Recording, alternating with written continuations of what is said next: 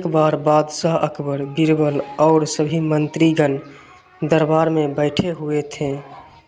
सभा की कार्यवाही चल रही थी। एक एक करके राज्य के लोग अपनी समस्याएं लेकर दरबार में आ रहे थे। इसी बीच वहां एक व्यक्ति दरबार में पहुंचा। उसके हाथ में एक घड़ा था। सभी उस घड़ा की ओर देख रहे थे। तभी अकबर ने उस व्यक्ति से पूछा, क्या है इस घड़ा में? उसने कहा, महाराज, इसमें चीनी और रेत का मिश्रण है।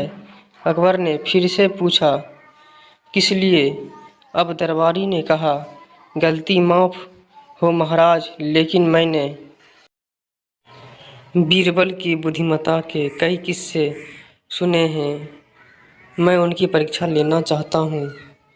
मैं यह चाहता हूँ कि बीरबल इस रेत में से बिना पानी का इस्तेमाल किए चीनी का एक एक दाना अलग कर दें।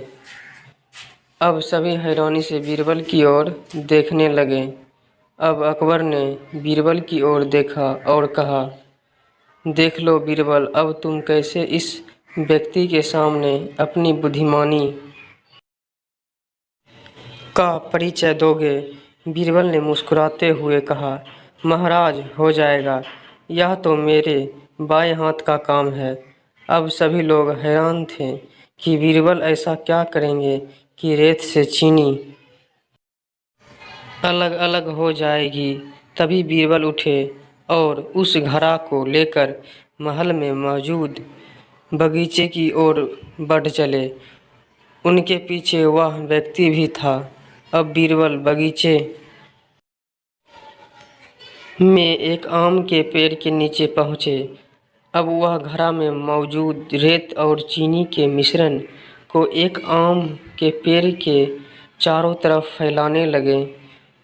तभी उस व्यक्ति ने पूछा, अरे, यह क्या कर रहे हो? इस पर बीरबल ने कहा, ये आपको कल पता चलेगा। इसके बाद दोनों महल में वापस आ गए। अब सभी को कल सुबह का इंतजार था। अगली सुबह जब दरबार लगा तो अकबर और सारे मंत्री एक साथ बगीचे में पहुँचे। साथ में बीरबल और रेत एवं चीनी का मिश्रण लाने वाला व्यक्ति भी था। सभी आम के पेड़ के पास पहुँच गए।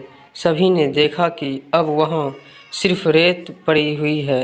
दरअसल रेत में मौजूद चीनी को चींटियों ने निकालकर अपने बिल में इकट्ठा कर लिया था और बची खुची चीनी को कुछ चींटियां उठाकर अपने बिल में ले जा रही थी। इस पर उस व्यक्ति ने पूछा, चीनी कहाँ गई? तो बीरबल ने कहा, रेत से चीनी अलग हो गई है। सभी जोर जोर से हंसने लगे।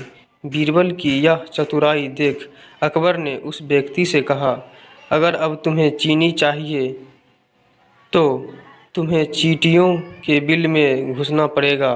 इस पर सभी ने फिर से ठहाका लगाया और बीरबल की तारीफ करने लगे। किसी को नीचा दिखाने का प्रयास आपके लिए हानिकारक हो सकता है।